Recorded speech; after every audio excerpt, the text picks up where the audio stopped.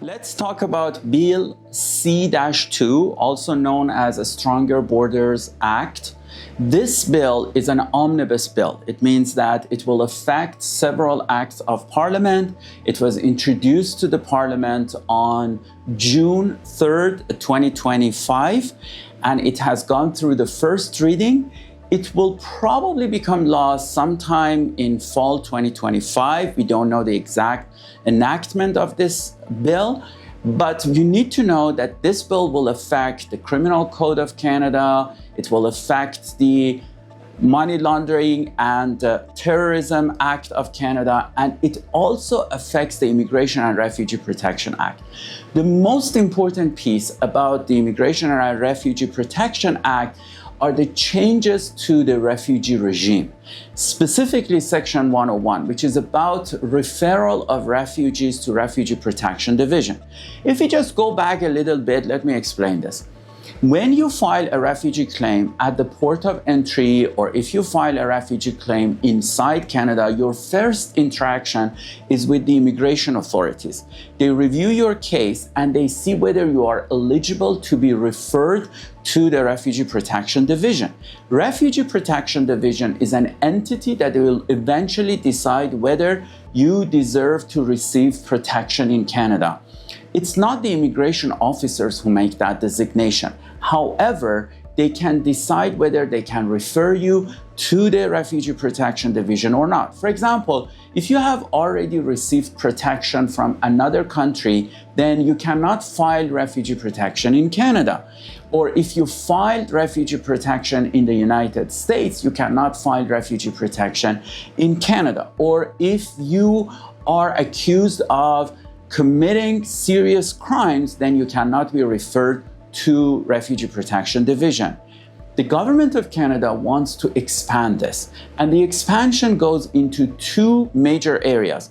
One major area is for those people who irregularly enter Canada, meaning that they will cross the United States-Canadian borders, whether water borders or land borders, but not through the regular ports of entry.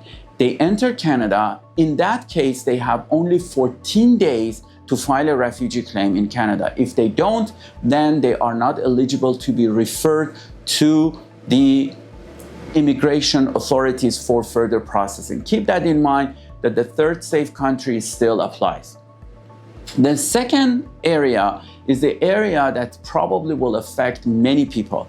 If you have entered Canada on or after June 24th, 2020, and you have been in Canada for more than 1 year, then unfortunately, you cannot file a refugee claim. I mean, you can, but you will not be referred to the Refugee Protection Division. That's the important piece, will affect many people. Interestingly enough, there is a section under this bill that says that if you have entered Canada multiple times since June 24th, 2020, and the last entry was less than 12 months, still your first time of entry will be the time that they will calculate your 12 months presence in Canada, and that will affect many people. Another part is the enactment of that act and how it retrospectively affects previous applications. If you submit your refugee claim on or after June 3rd, 2025, these changes will still could affect you. However, we don't know how, because if you are already referred to Refugee Protection Division, you are already past that stage. So I assume that this means that probably Refugee Protection Division could consult with IRCC or CBSA in terms of whether proceeding with that refugee claim hearing or not.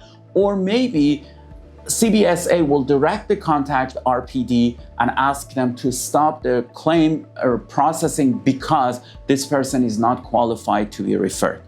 One other thing that you need to know is that this is a bill. It's not the law yet.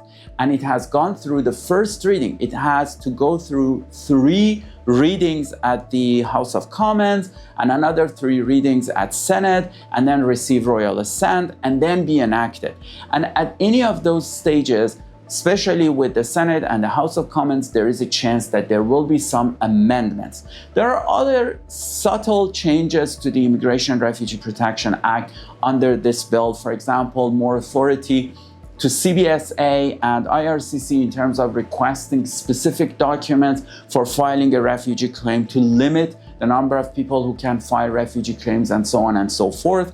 I don't want to go into the details of them because we don't have the final law yet. But what I can recommend to everybody is that if you really want to file a refugee claim, do the filing today, knowing that this bill even today can affect you, but when it is enacted and we have the final law, there's nothing you can do about it.